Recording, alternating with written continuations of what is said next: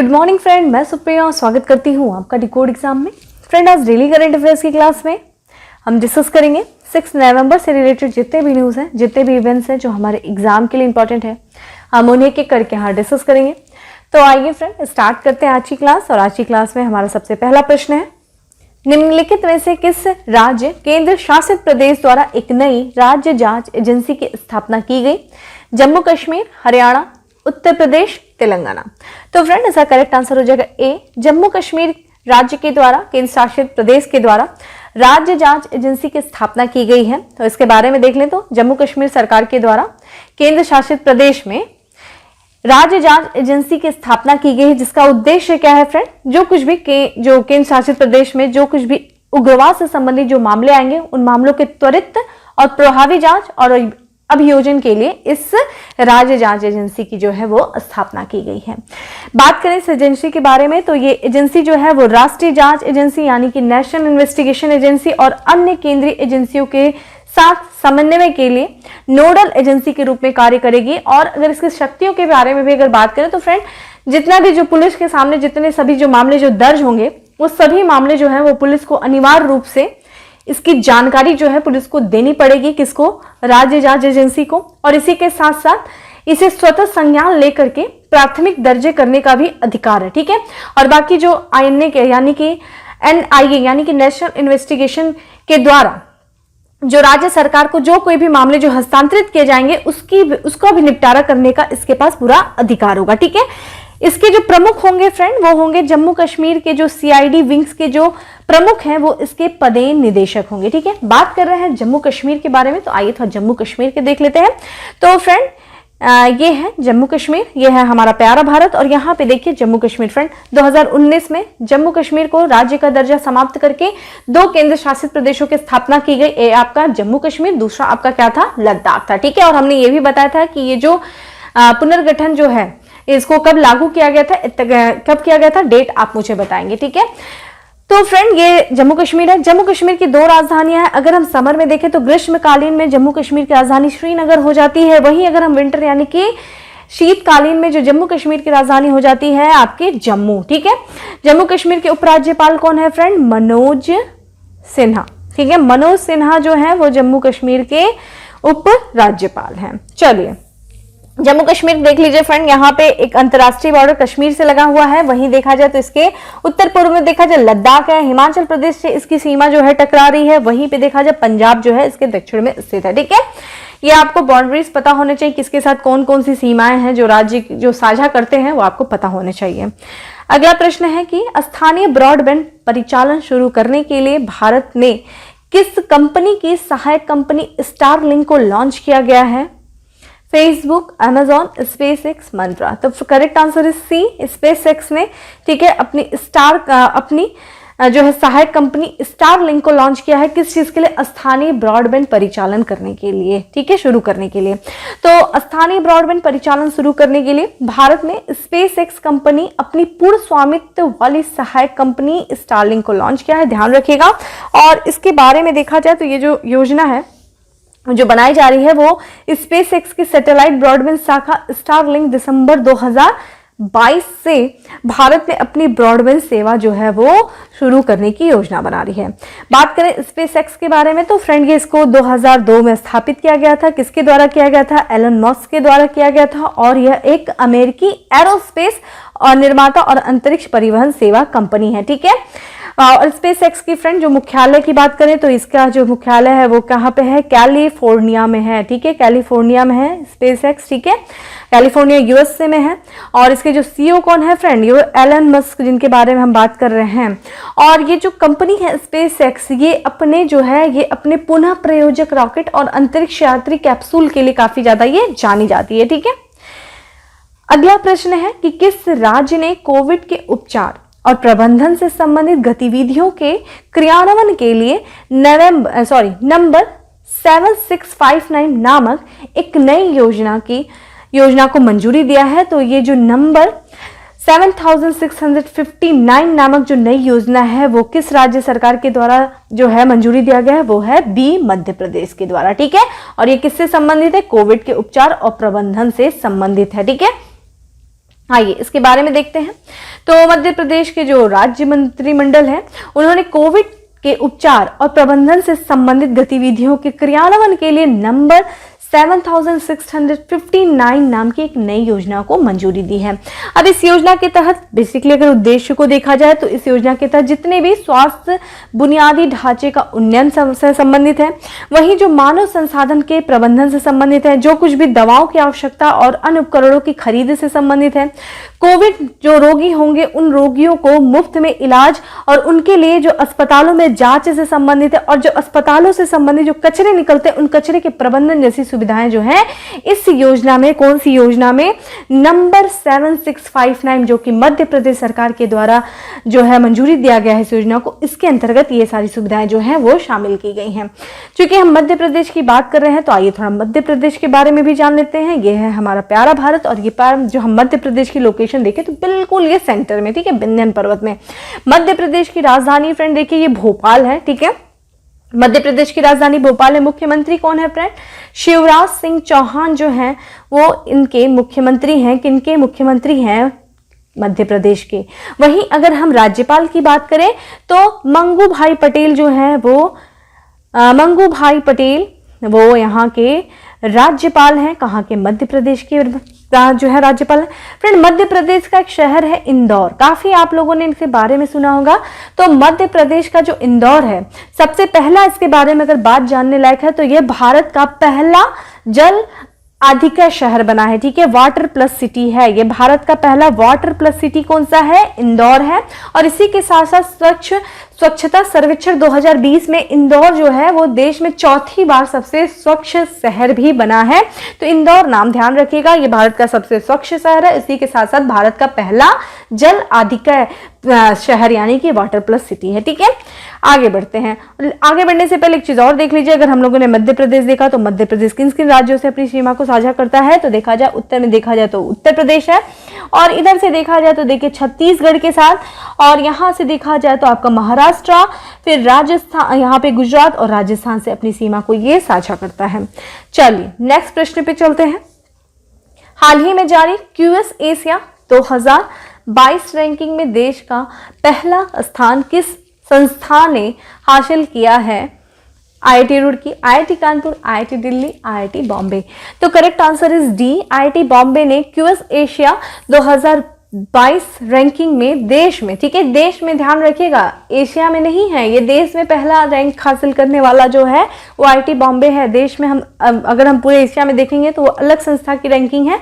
तो QS Asia 2022 में जो कि देखा जाए तो किसने जो है भारत में जो है देश में जो पहला स्थान हासिल किया है वो क्या है? भारतीय प्रौद्योगिकी संस्थान बॉम्बे ने, चूंकि देश में इसने पहला स्थान हासिल किया और पूरे एशिया में देखा जाए तो इसने 42वां स्थान हासिल किया, यानी कि 42वां स्थान किया हासिल किया। फ्रेंड ये हालांकि इसका जो पिछले वर्ष जो ना इसकी रैंकिंग थी वो 37वां थी, ठीक है। अगर हम लोग इसकी क्यूएस एशिया रैंकिंग 2021 देखें, पिछले वर्ष में इसकी रैंकिंग 37 थी। ये रैंकिंग देखा जाए तो इम्प्रूव नहीं हुई है, ठीक है। वहीं अगर दूसरे स्थान पे देखा जाए तो आईआईटी दिल्ली है, ठीक है, आईआईटी दिल्ली जो है वो देश में दूसरे स्थान पे है। ब्रिटिश कंपनी क्यूएस द्वारा जारी इस रैंकिंग में आईआईटी बॉम्बे ने देखा जाए कितना स्कोर हासिल किया है? 100 में से 70 में से 100 में से 71 जो है वो स्कोर इसने हासिल किया है। और वहीं देखा जाए तो कुल सूचकांक की अगर बात करें तो पीएचडी योग्यता वाले जो अध्यापक वर्ग में आईआईटी बॉम्बे ने बेहतर प्रदर्शन किया। आइए थोड़ा सा देख लेते हैं भारत में कौन कौन सी संस्थाएं थी जो रैंकिंग 2002 टॉप 5 यूनिवर्सिटीज जो इंडिया में रही हैं। तो सबसे पहली कौन सी थी? इंडियन इंस्टीट्यूट ऑफ टेक्नोलॉजी, जो कि कौन से स्थान पे है? 42वें स्थान पे है। वहीं अगर दूसरे स्थान पे देखा जाए तो इंडियन इंस्टीट्यूट ऑफ टेक्नोलॉजी जो कि 45 स्थान पे है। 54 पे देखा जाए Indian Institute of Technology Madras और Indian Institute of Science Bengaluru 56 और Indian Institute of Technology Kharagpur, ठीक है। तो ये चीज ध्यान रखिएगा, ये 60 स्थान पे। आइए थोड़ा वर्ल्ड रैंकिंग देख लेते हैं। तो क्यूएस एशिया यूनिवर्सिटी रैंकिंग में अगर हम टॉप एशिया में जो यूनिवर्सिटी देखें तो सबसे पहले आती है नेशनल यूनिवर्सिटी ऑफ सिंगापुर जो कि पहले स्थान पे है, और पेकिंग यूनिवर्सिटी जो कि दूसरे स्थान पे है, ठीक है। सिंगापुर की लगातार देख लीजिए, न्याओंग टेक्नोलॉजिकल यूनिवर्सिटी है सिंगापुर की, वो भी तीसरे स्थान पे। तो ये रैंकिंग ध्यान रखिएगा, आपके लिए इंपॉर्टेंट क्या है? नेशनल यूनिवर्सिटी ऑफ सिंगापुर पूरे एशिया में पहले स्थान पे, और भारत की जो बॉम्बे आईआईटी है ठीक है। आईआईटी बॉम्बे जो है वो 42वें स्थान पे और भारत में जो कि वो पहले स्थान पे, ठीक है, ये चीज ध्यान रखिएगा। चलिए नेक्स्ट प्रश्न पे चलते हैं कि प्रधानमंत्री नरेंद्र मोदी ने किस राज्य में श्री आदि शंकराचार्य की समाधि तथा उनकी प्रतिमा का अनावरण किया है? केरल, उत्तराखंड, हिमाचल प्रदेश, उत्तर प्रदेश। तो करेक्ट आंसर इज बी, ठीक है, उत्तराखंड में किया है। उत्तराखंड में जो 2013 में जो त्रासदी हुई थी, बाढ़ आई थी, उसमें ये जो इनकी प्रतिमा थी आदि शंकराचार्य की वो नष्ट हो गई थी। इसका पुनः निर्माण करके इसका पुनः जो अनावरण किया गया है, किसके द्वारा? प्रधानमंत्री नरेंद्र मोदी के द्वारा। आइए इसके बारे में देखते हैं। तो प्रधानमंत्री नरेंद्र मोदी ने उत्तराखंड के केदारनाथ मंदिर में श्री आदि शंकराचार्य की समाधि और उनकी प्रतिमा का अनावरण किया है। फ्रेंड, आदि शंकराचार्य के बारे में आप लोगों ने पढ़ा होगा, इन्हें भक्ति आंदोलन की इन्होंने पृष्ठभूमि तैयार किया। आदि शंकराचार्य जो कि एक भारत के महान दार्शनिक और धर्म प्रवर्तक थे, इन्होंने अद्वैत वेदांत, हमने क्लास में, अगर आप लोगों ने मेरी हिस्ट्री की क्लास की होगी तो मैंने अद्वैत वेदांत के बारे में बताया है, काफी इन डिटेल में बताया। अद्वैत वेदांत जिसमें क्या है कि आत्मा और परमात्मा की एक रूपता पर आधारित है अद्वैत वेदांत, इसका इन्होंने प्रतिपादन किया। और आदि शंकराचार्य को शिव का अवतार कहा जाता था। इनका जो जन्म हुआ था केरल में हुआ था, ठीक है। ये चूंकि हिस्ट्री से है, भक्ति आंदोलन जब आप लोग क्लास करेंगे, इवन आपके एमसीक्यूज में मैंने सॉल्व किया है हिस्ट्री का, तो आप वहां पे भी देख करके काफी इसके बारे में जान सकते हैं। देखिए 2013 में जो बाढ़ आई थी, ठीक है, उत्तराखंड में, उससे इनकी प्रतिमा जो है वो नष्ट हो गई थी। इसका पुनर्निर्माण किया गया और फिर उसके बाद प्रधानमंत्री नरेंद्र मोदी के द्वारा इसका क्या किया गया? अनावरण किया गया। और जब इसी दौरान जब इस आयोजन में प्रधानमंत्री जी शिरकत किए थे, तो इसी दौरान इन्होंने कुछ ढांचागत परियोजनाओं का भी उद्घाटन किया, जिसमें देखिए क्या क्या शामिल है। सरस्वती आस्थापद और घाट, मंदाकिनी आस्थापद, तीर्थ पुरोहित हाउस और मंदाकिनी नदी पर गरुड़ चिट्टी पुल, ठीक है। इन कुछ ढांचागत परियोजनाओं का भी उत्तराखंड में प्रधानमंत्री नरेंद्र मोदी जी के द्वारा क्या किया गया? उद्घाटन किया गया, ठीक है। बात कर रहे हैं उत्तराखंड की, तो आइए थोड़ा उत्तराखंड की मैप देख लेते हैं। तो फ्रेंड ये है ये आपका भारत का मैप है और ये देखिए यहाँ पे उत्तराखंड, ठीक है। फ्रेंड उत्तराखंड की राजधानी क्या हो? देहरादून है। अगर हम उत्तराखंड की देखें सीमाएं देख लीजिए, तो उत्तर में देखा जाए, उत्तर पूर्व में हिमाचल प्रदेश से टकरा रही है, वहीं देखा जाए तो हरियाणा से इसकी सीमा लग रही है, और केंद्र शासित प्रदेश जो कि हरियाणा से लग रही है, हरियाणा केंद्र शासित प्रदेश नहीं, दिल्ली इधर है, और फिर इधर उत्तर प्रदेश है, ठीक है। और ये अपना जो है इंटरनेशनल बाउंड्री जो है वो चीन के साथ क्या कर रही है? साझा कर रही है, ठीक है। उत्तराखंड की राजधानी चूंकि देहरादून है और यहाँ के मुख्यमंत्री कौन है फ्रेंड? पुष्कर, ठीक है, पुष्कर सिंह धामी जो है वो उत्तराखंड के प्रधानमंत्री है। और राज्यपाल की बात करें तो पूर्व लेफ्टिनेंट जनरल गुरमीत, ठीक है, गुरमीत सिंह, ठीक है, ये थे। अब चलिए आप मुझे कमेंट बॉक्स में आंसर करिए कि आदि शंकराचार्य के द्वारा जो 4 मठ पूरे भारत में बनाए गए थे, वो 4 मठ कौन है? आप मुझे कमेंट बॉक्स में आंसर करिए, ठीक है। चारों दिशाओं में जो 4 मठ आदि शंकराचार्य के द्वारा स्थापित किए गए, उनके नाम बताइए कमेंट बॉक्स में, आपका ये क्वेश्चन है। अगला प्रश्न है कि हाल ही में रक्षा अधिग्रहण परिषद डेक द्वारा कितने करोड़ रुपए के हथियारों, सैन्य उपकरणों की खरीद को मंजूरी दी गई है? 7,965 करोड़, 85,000 करोड़, ठीक है, 8,500 करोड़, सॉरी 9,000 करोड़, वहीं पे देखा जाए तो 8,765 करोड़। तो करेक्ट आंसर इज ए, ठीक है, 7,965 करोड़ रुपए की जो सैन्य उपकरणों की मंजूरी दी गई, किसके द्वारा दी गई है? रक्षा अधिग्रहण परिषद के द्वारा। आइए इसके बारे में देख लेते हैं। तो रक्षा अधिग्रहण परिषद के द्वारा देखा जाए तो 7,965 करोड़ के हथियारों और सैन्य उपकरणों की खरीद को मंजूरी दिया गया है। और इस परिषद की यानी कि जो रक्षा अधिग्रहण परिषद की अध्यक्षता किसके द्वारा किया जाता है? रक्षा मंत्री के द्वारा किया जाता है, यानी कि वर्तमान में इसकी अध्यक्षता किसके द्वारा की गई? राजनाथ सिंह जी के द्वारा की गई, ठीक है। और ये जो परिषद है फ्रेंड, जो रक्षा बल है, यानी कि जो थल सेना है, जो वायु सेना है और जो आपकी नौसेना है, इनके लिए जो है रक्षा उपकरणों की खरीद जो होती है उसकी मंजूरी देने का कार्य किया जाता है इस परिषद के द्वारा, ठीक है। और फ्रेंड अगर हम बात करें, एक सिप्री की रिपोर्ट आती है, ठीक है, आपको ध्यान होना चाहिए। सिप्री की रिपोर्ट काफी ज्यादा इंपॉर्टेंट है। सिप्री की रिपोर्ट है जिसको, सिप्री का फुल फॉर्म क्या हो जाता है? Stockholm International Peace Research Institute. इसकी एक रिपोर्ट आती है जिसका नाम अगर देखा जाए तो इसका नाम है, आपको इसका नाम क्या है? विश्व सैन्य व्यय प्रवृत्तियां, ठीक है, इस बार की रिपोर्ट थी 2020 के, ठीक है, ध्यान रखिएगा 2020।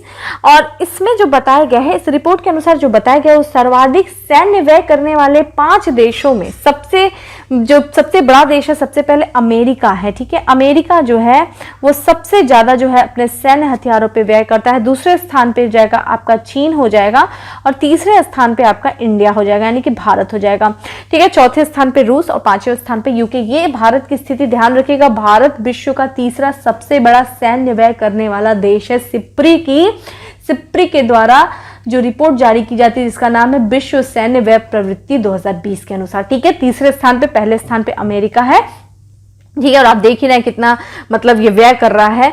और इसमें देखा जाए तो ये जो रक्षा मंत्रालय वो हिंदुस्तान एरोनॉटिकल्स लिमिटेड से 12 लाइट यूटिलिटी हेलीकॉप्टर और भारत इलेक्ट्रॉनिक लिमिटेड से लिनिक्यू 2 naval gun fire control system की खरीद को मंजूरी दी है, ठीक है। इन सब पे व्यय कर रहा है भारत। आइए अगला बढ़ते हैं। अगला है, नीति आयोग ने इलेक्ट्रॉनिक वाहनों के लिए तेजी से अधिक सुविधाजनक वित्तीय की सुविधा के लिए किस संस्था के साथ समझौता किया है?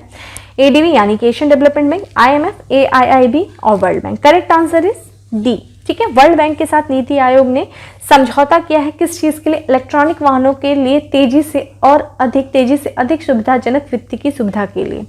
आइए, तो नीति आयोग ने देखा जाए तो इलेक्ट्रॉनिक वाहनों के लिए जो तेजी से और सुविधाजनक वित्त की सुविधा प्रदान करने के लिए विश्व बैंक के साथ समझौता किया है।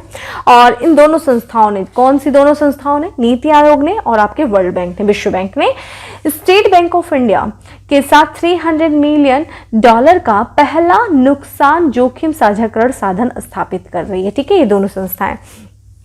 और इसी के तहत, इस सुविधा के तहत देखा जाए तो इलेक्ट्रॉनिक वाहनों के लिए करीब $1.5 अरब का वित्त मुहैया कराया जाएगा। और देखा जाए तो वर्तमान की स्थिति देखें तो इससे क्या होगा, जब ये वित्त मुहैया कराया जाएगा तो इलेक्ट्रॉनिक वाहनों के लिए वित्त पोषण की लागत कितनी हो जाएगी, कितनी कमी आएगी? 10 से 12% की कमी आएगी। और वर्तमान में देखा जाए तो इलेक्ट्रॉनिक 2 व्हीलर्स और इलेक्ट्रॉनिक 3 व्हीलर्स के लिए जो ब्याज दर है वो 20 से लेकर के 25% के दायरे में, ठीक है। तो ये ब्याज दरों को कम किया जाएगा, तभी इलेक्ट्रॉनिक वाहनों को बढ़ावा दिया जा सकता है, ठीक है। तो इलेक्ट्रॉनिक वाहनों को बढ़ावा दिए जाने के उद्देश्य से क्या किया जा रहा है? ये सारे समझौते किए जा रहे हैं, ठीक है। इससे क्या होगा? प्रदूषण जैसी चीजों से नियंत्रण हो जाएगा। और जितना भी जो हम तेल आयात करते हैं दूसरे देशों से तेल आयात की निर्भरता भी क्या होगी? कम होगी। अगर हम बात कर रहे हैं वर्ल्ड बैंक की यहाँ पे, तो थोड़ा वर्ल्ड बैंक के भी बारे में जान लीजिए। वर्ल्ड बैंक की स्थापना कब हुई थी फ्रेंड? 1944 में हुई थी। इसका हेडक्वार्टर कहाँ पे है? वाशिंगटन DC में है, ठीक है। वाशिंगटन DC जो कि कहाँ है? US में है। और अगर इसके प्रेसिडेंट की बात करें तो डेविड मालपास जो है वो वर्ल्ड बैंक के प्रेसिडेंट है, ठीक है। मालपास जो है वो प्रेसिडेंट है। और सबसे इंपॉर्टेंट देखिए, वर्ल्ड बैंक के जो CEO हैं वो ये भारतीय मूल की हैं, अंशुला कांत, ठीक है। ये इंपॉर्टेंट हो जाता है आपके लिए। CEO वर्ल्ड बैंक की अंशुला कांत हैं जो कि भारतीय मूल की हैं, ठीक है। आइए आगे बढ़ते हैं। नेक्स्ट प्रश्न है कि भारतीय वायुसेना ने किस संस्था के साथ मिलकर के स्वदेशी स्मार्ट एंटी एयरफील्ड इन हथियार का सफल उड़ान परीक्षण किया है? ISRO, hello, Larsen turbo, DRDO। तो friend correct answer is D, DRDO के द्वारा किया गया है, ठीक है। किसके साथ? भारतीय वायुसेना ने DRDO के साथ मिलकर के स्वदेशी स्मार्ट एंटी एयरफील्ड हथियार का सफल परीक्षण किया है, ठीक है, उड़ान का। तो भारतीय वायुसेना ने रक्षा अनुसंधान विकास संगठन DRDO के साथ मिलकर के स्वदेशी तरीके से विकसित स्मार्ट एंटी एयरफील्ड हथियार के 2 उड़ाने परीक्षण किए हैं, ठीक है। ये देखा जाए तो ये सैटेलाइट नेविगेशन और इलेक्ट्रो ऑप्टिकल सेंसर पर आधारित है, जो 2 अलग अलग विन्यास के सफलतापूर्वक परीक्षण किया गया है। और यह परीक्षण कहाँ से किया गया है? तो राजस्थान के जैसलमेर में चंदन पर्वतमाला से भारतीय वायुसेना के विमान के द्वारा किया गया है। बम के इस वर्ग को इलेक्ट्रो ऑप्टिकल सीकर आधारित उड़ान परीक्षण देश में पहली बार किया गया है, ठीक है। ये चीज ध्यान रखिएगा। बाकी अगर हम लोग DRDO के बारे में फ्रेंड बात कर रहे हैं तो थोड़ा DRDO के बारे में भी देख लेते हैं, यानी कि defence research and development organisation. इसका गठन कब किया गया था? 1958 में किया गया था।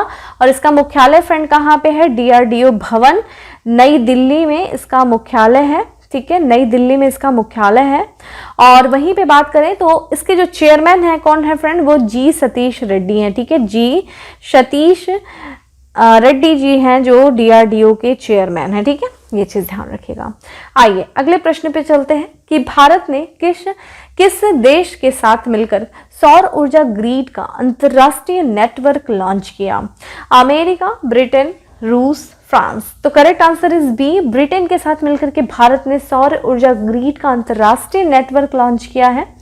तो प्रधानमंत्री जो है भारत के प्रधानमंत्री नरेंद्र मोदी और यूके यानी कि ब्रिटेन के प्रधानमंत्री बोरिस जॉनसन ने इंटर कनेक्टेड सौर ऊर्जा ग्रिड के विश्व के पहले अंतरराष्ट्रीय नेटवर्क के लिए महत्वाकांक्षी योजना का अनावरण किया है। ठीक है, और इस योजना को क्या कहा गया है? Green grid initiative, one sun one world one grid कहा गया है। ठीक है, और इसका अनावरण जो किया गया है वो किस दौरान किया गया है? वो संयुक्त राष्ट्र जलवायु सम्मेलन में किया गया, जो कि कहाँ पे हो रहा है फ्रेंड? ग्लासगो में हो रहा है।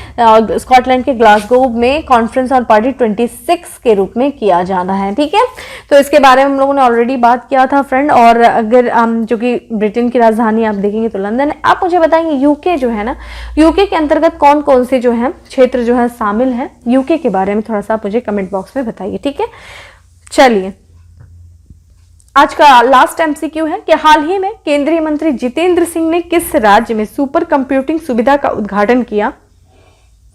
उत्तर Pradesh, Uttarakhand, Punjab, Bihar. Correct answer is C, Punjab में किया गया है सुपर कंप्यूटिंग सुविधा का उद्घाटन केंद्रीय मंत्री जितेंद्र सिंह के द्वारा। तो केंद्रीय विज्ञान और प्रौद्योगिकी और पृथ्वी विज्ञान मंत्री जिनका नाम है जितेंद्र सिंह, इन्होंने राष्ट्रीय कृषि खाद्य जैव प्रौद्योगिकी संस्थान नावी का फुल फॉर्म आपको पता होना चाहिए, राष्ट्रीय कृषि जैव प्रौद्योगिकी संस्थान नावी, पंजाब में उन्नत 650 टेराफ्लॉप्स सुपर कंप्यूटिंग सुविधा का उद्घाटन किया। टेराफ्लॉप्स है इसकी क्षमता जो है ये सुपर कंप्यूटिंग की है। यह सुविधा देखा जाए सीडेक पुणे के सहयोग से राष्ट्रीय सुपर कंप्यूटिंग मिशन के तहत आई है और इसे बड़े पैमाने पर जीनोमिक्स डेटा के विश्लेषण में मदद करेगा। यह बड़े पैमाने जीनोमिक्स जो होता है ना, जीनोमिक्स में क्या किया जाता है? डीएनए, आरएनए और जितने भी अनुक्रमण तकनीकी और जैव सूचना विज्ञान का उपयोग करके जीनोम की संरचना, जो जीनोम होती है उसकी संरचना और उसके कार्य का अध्ययन किया जाता है। ठीक है, जीनोमिक्स तकनीकी में। और बात करें इस सुपर कंप्यूटर की, ठीक है, सुपर कंप्यूटिंग जो है ये सुविधा जो है वो telemedicine, digital health, big data के साथ साथ जितने एम हेल्थ हो गया, आर्टिफिशियल इंटेलिजेंस हो गया और ब्लॉकचेन जैसे जितने भी जो अन्य तकनीकी वाले जो क्षेत्र है उसमें जितने भी जो काम कर रहे हैं 75 इनोवेटिव जो स्टार्टअप हैं, स्टार्टअप के लिए एक सुविधा के रूप में ये कार्य करेगी। और इसी के साथ साथ अगर हम इसके अन्य क्षेत्रों के बारे में देखें तो यह कृषि और जो पोषण जैव प्रौद्योगिकी से संबंधित जो संस्थाएं हैं, संस्थाओं में जो किए जाने वाले जितने भी अंतर विषय के जो अत्याधुनिक रिसर्च हैं उनकी जरूरतों को भी ये चीज पूरा करेगा। ठीक है, तो ये चीज ध्यान रखिएगा। कहाँ पे किया गया है सुपर कंप्यूटिंग सुविधा? किस राज्य में? पंजाब में। ठीक है, तो ठीक है फ्रेंड, चलिए अब हम आते हैं अपने फैक्ट्स ऑफ द डे पे। तो friend facts of the day में सबसे पहला फैक्ट है कि केंद्रीय गृह मंत्री अमित शाह ने राष्ट्रीय स्तर पर आयुष्मान सीएपीएफ, ठीक है, सीएपीएफ यानी कि केंद्रीय सशस्त्र पुलिस बल योजना स्वास्थ्य कार्ड लॉन्च किया है। इस योजना के पायलट आधार पर शुरुआत की गई थी 23 जनवरी 2021 में असम राज्य से। देखिए कल ही हमने इसके बारे में डिस्कस किया था, आप यहाँ पे जोड़ लीजिएगा। कल का जो आपके पास नोट्स होगा जो कि टेलीग्राम ग्रुप पे, टेलीग्राम के डिकोड एग्जाम के ग्रुप पे जो डिकोड एग्जाम है वहां पे आप ज्वाइन करेंगे तो आपको वहाँ पे पीडीएफ मिलेगा। तो उस पीडीएफ में आप इस चीज को पॉइंट को ऐड कर लेना। ठीक है, अगर वहाँ पे इस नोट्स जो बनाते हो अगर आप अपनी, तो वहाँ पे ये चीज ऐड कर लेना कि पायलट आधार पे जो शुरुआत किया गया था आयुष्मान सीएपीएफ योजना का वो 23 जनवरी 2021 कब, कहां से? असम राज्य से। ठीक है, असम राइफल के एडीजी का कार्यभार संभाला है किसने? संभाला है दिनेश कुमार सिंह ने संभाला। फर्स्ट मिस इंडिया 2000 खिताब की जो विजेता बनी है, जो जीता है वो जीता है Pearl Agarwal first Miss India 2021। ठीक है, रूस में जो भारत के नए राजदूत बनाए गए हैं उनका नाम क्या है फ्रेंड? पवन कपूर जो है, पवन कपूर रूस में भारत के नए राजदूत बनाए गए हैं। एसबीआई की एक रिपोर्ट के अनुसार भारत की अनौपचारिक अर्थव्यवस्था औपचारिक जीडीपी के लगभग सिकुड़ गई है। कितने प्रतिशत सिकुड़ गई है? 15 से 20%। ठीक है, डब्ल्यूएचओ की तकनीकी सलाहकार समूह के आपातकालीन उपयोग में वैक्सीन को शामिल किया गया है। भारत की बायोटेक की जो कोवैक्सीन है उसको आपातकालीन उपयोग की मंजूरी दे दी गई है। किसके द्वारा? डब्ल्यूएचओ की तकनीकी सलाहकार समूह के द्वारा। ठीक है, वही बात करें अगला जो फैक्ट्स है तो जातीय जनजातीय की संस्कृति की रक्षा के लिए 10 अलग अलग जिलों में निर्मित 29 संग्रहालयों का उद्घाटन किया गया है। मणिपुर सरकार के द्वारा किया गया है। देखिए दक्षिण अफ्रीका के लेखक हैं जिनका उपन्यास है द प्राइम्स, तो उनको अपनी प्राइम्स के लिए फिक्शन के लिए 2021 का बुकर पुरस्कार दिया गया है। बुकर पुरस्कार से उन्हें सम्मानित किया गया। क्या नाम है? डेमन गलगुड जो है ये एक दक्षिण अफ्रीका के लेखक हैं। इनको इनके कौन से उपन्यास के लिए? द प्राइम्स के लिए फिक्शन के लिए 2021 का बुकर पुरस्कार से सम्मानित किया गया है। सुनामी जागरूकता दिवस जो मनाया गया 5 नवंबर को मनाया गया। इस बार का थीम क्या थी? सेंडाई 7 अभियान। अब आप मुझे सेंडाई फ्रेमवर्क के बारे में कमेंट बॉक्स में बताइए कि सेंडाई फ्रेमवर्क जो है वो क्या था, कब लागू हो गया था, क्या उसका लक्ष्य क्या है। सेंडाई फ्रेमवर्क बहुत इंपॉर्टेंट है। अभी हाल ही में देखा जाए तो भारत के एस्टोनिया देश में जो राजदूत बनाए गए उनका नाम क्या है? अजनीश कुमार। ठीक है, तो अजनीश कुमार को एस्टोनिया का राजदूत बनाया गया भारत की तरफ से। भारत का ये थे हमारे फैक्ट्स ऑफ द डे। अब आगे बढ़ते हैं और आते हैं उत्तर प्रदेश स्पेशल पे। उत्तर प्रदेश स्पेशल में जो सबसे पहला स्पेशल है कि इंडिया इंटरनेशनल ट्रेड फेयर में उत्तर प्रदेश के साथ जो फोकस राज्य होगा वो होगा झारखंड। तो Jharkhand India international trade fair में झारखंड उत्तर प्रदेश फोकस राज्य होंगे। अयोध्या में दीपोत्सव के अवसर पर सर्वाधिक दीप जलाने के लिए Guinness book of world record का जो प्रमाण प्राप्त हुआ है, प्रमाण पत्र मिला है, वो उत्तर प्रदेश सरकार के पर्यटन विभाग को मिला है। और वहीं डॉक्टर राम मनोहर लोहिया अवध विश्वविद्यालय को प्राप्त हुआ है। ठीक है, Guinness book of world record किसके लिए? अयोध्या में दीपोत्सव में सर्वाधिक दिए जलाने के लिए। यूपी सरकार के द्वारा जो पौधारोपण अभियान चलाया जा रहा है उसका नाम क्या है? जन आंदोलन। और यूपी में जो एक हाल ही में अभी एक ऐप था जिसका नाम है सेवा मित्र ऐप, जो है वो चर्चा में रहा था, जो कि रोजगार से संबंधित है उत्तर प्रदेश सरकार का। उत्तर प्रदेश सरकार के जो उत्तर प्रदेश लोक सेवा आयोग के अध्यक्ष बनाए गए वो कौन है? संजय श्रीनेत जो है वो उत्तर प्रदेश लोक सेवा आयोग के अध्यक्ष बने हैं। ठीक है फ्रेंड, तो इस तरीके से था हमारा आज का एमसीक्यू। उसी के साथ साथ हमने फैक्ट्स ऑफ द डे देखा और हमने लास्ट में देखा उत्तर प्रदेश स्पेशल। मैंने आपसे कुछ प्रश्नों के जवाब जो कि कमेंट बॉक्स में मुझे हमेशा इंतजार रहता है, और जैसे कि शमशेर जी हैं, सौरभ जी हैं, ये लोग रेगुलर आंसर करते हैं, मुझे बहुत अच्छा लगता है। आप लोग भी आंसर करिए और मैं चाहती हूँ कि जितना आप अप्रिशिएशन देते हो उसके लिए बहुत बहुत थैंक यू। आप लोग का मुझे बहुत बहुत सपोर्ट मिला। लेकिन जितने मैं क्वेश्चन, अगर मैं 4 क्वेश्चन करती हूँ तो आप मुझे अगर एक आंसर भी देखेंगे, अगर उस एक का भी आंसर मुझे देंगे तो वो मेरे लिए ज़्यादा अच्छा लगेगा, मुझे और भी ज़्यादा अच्छा लगेगा, मुझे और भी ज़्यादा मोटिवेशन मिलेगा। ठीक है, बाकी बात करते हैं पीडीएफ की फ्रेंड। तो पीडीएफ जो है आपको टेलीग्राम ग्रुप ज्वाइन कर लीजिए, डिकोड एग्जाम का टेलीग्राम ग्रुप। उसमें आपको डेली जो है वहाँ पे जा करके डेली करंट अफेयर्स की पीडीएफ जो है वो डाउनलोड कर सकते हैं। ठीक है फ्रेंड, फिर मिलते हैं। सेशन अच्छा लगा हो तो लाइक करना नहीं भूलें, ज़्यादा से ज़्यादा शेयर करें। फिर मिलते हैं अपने नेक्स्ट सेशन में, तब तक के लिए bye, have a good day, stay safe and stay happy.